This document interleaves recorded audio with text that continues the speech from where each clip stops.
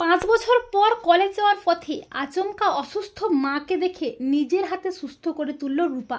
হ্যাঁ বন্ধুরা, আমরা এমনটাই দেখতে পাবো অনুরাগের ছোঁয়া ধারাবাহিকের আগামী পর্বগুলোতে। স্বামী সন্তান হারিয়ে সর্বহারা হয়ে 5 বছর দীপা একটা আশ্রমে থাকে, নিজেকে গুটিয়ে রাখে।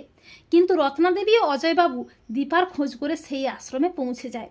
তারা দীপাকে কাছে টেনে নিয়ে বলে, মা দীপা, এভাবে নিজেকে গুটিয়ে রাখলে কি করে হবে মা? তোকে বাঁচতে হবে, তো তোকে নিজের জন্য বাঁচতে হবে।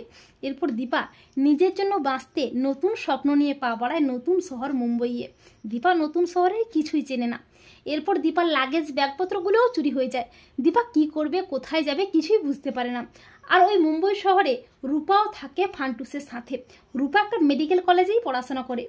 এরপর দীপা কি করবে, কোথায় যাবে কিছুই বুঝতে না পেরে রাস্তায় রাস্তায় নিরুপায়ের মতো ছুটতে থাকে। একটা সময় দীপার শরীরটা ভীষণ খারাপ পড়ে, দীপা অজ্ঞান হয়ে মাটিতে লুটিয়ে পড়ে। আর ঠিক তখন রূপাও কলেজ যাওয়ার জন্য ওই রাস্তা দিয়ে যায়। কিছু লোকজন দীপার চোখে মুখে জলের ঝাপটা দেয়। রূপা বলে, ওখানে কি হচ্ছে, এত লোকজন, একবার দেখি তো। এই বলে রূপা যায় দীপার কাছে। আর রূপা হঠাৎই দীপাকে দেখে চমকে ওঠে। দীপা বলে, মা এখানে? তার মানে মা বেঁচে ছিল? আমি জানতাম। মা ঠিক আছে। রূপা বলে, এই রূপা থাকতে মায়ের কোনো ক্ষতি হতে দেবে না। এই বলে রূপা নিজে তার অসুস্থ মায়ের চিকিৎসা করে। জ্ঞান ফিরলে দীপা বলে, মা তুমি কে মা? তখন রূপা বলে, মা আমি তোমার মেয়ে।